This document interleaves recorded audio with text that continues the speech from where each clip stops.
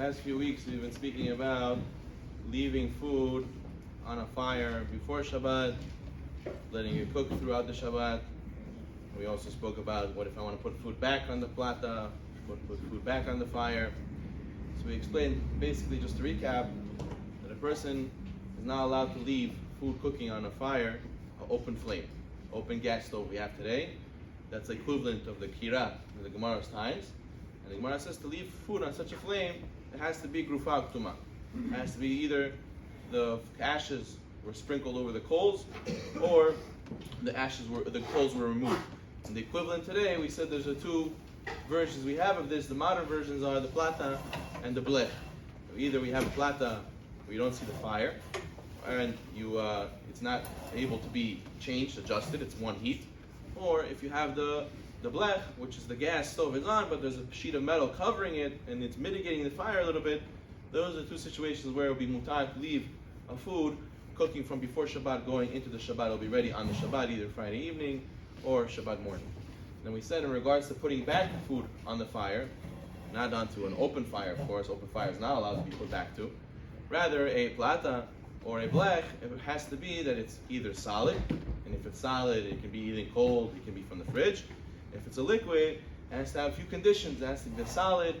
It has to be something that's hot. If it's a liquid, it has to be something that's hot. You didn't put it down, and you had in mind to put it back when you removed it. It can't be that you took a matzo ball soup from the fridge and put it back in the plata. This would be a sur, and this would be considered cooking on Shabbat. Now, what happens if you have a few more modern inventions, a few more interesting today, day and age situations where you have not a gas stove, you might have an electric stove. You have a stove that's made out of metal coils that are controlled by electricity and they get heated up. Or if you have a glass top stove also, that is no fire over there, still the Chabura writes that it'll be a status of a kira, it'll have a status of a gas stove. And if you want to leave food cooking on that from before Shabbat, you would have to cover it with a blech in order to make it just like you kasher, to make it just like the gas stove, to make it permitted. What if you have today also, they have crock pots. People like to use the crock pots to make the cholent, to make whatever hot food they want for the morning. Over there, also, it has a status of a gas stove, and therefore, even though you can't see the fire, even though the fire, the heating element is under, there's the insert that you put the food inside, and then around on the bottom of it, inside the walls is the heating element. Still over there, the Chabura writes that over there, a person will have to make like a blech. He can put a thin sheet of metal, or if he puts many aluminum foil layers under the crock pot, then he'll be allowed to leave food cooking like this from before the Shabbat.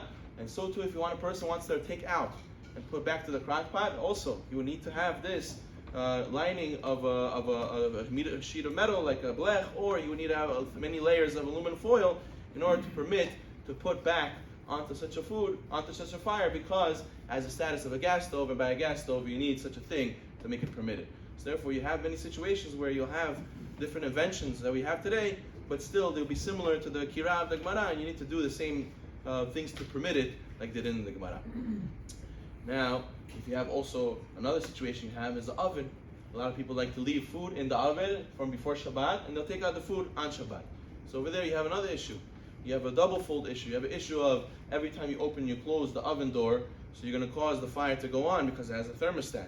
So therefore you open the door, the cold air is going to go in, and it's going to cause the fires to go on in the oven. So you're turning on a fire on Shabbat.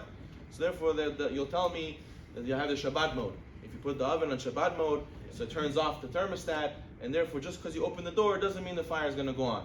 However, even if you want to leave food like that in such a situation like that, Chachamim also treated this as a kira. You need to have also something inside as covering, something that makes it not like the cooking, and also something that makes it not like an open flame. And you need to have an empty sheet of metal. A person takes any tray, empty aluminum tray they used to cook on, he flips it upside down, puts it inside, and then puts the food on top. In such a situation with the Shabbat mode and this empty tray, with these two things together, he can also leave the food in the oven from before Shabbat and take it out on Shabbat. In regards to the beautiful mashal I heard, there's a husband who was telling his wife that Hashem is making me suffer a lot. He lost a lot of money. He says, I don't know why Hashem is making me suffer. I'm doing a lot of mitzvot. Why is Hashem always hitting me on my head, as they say?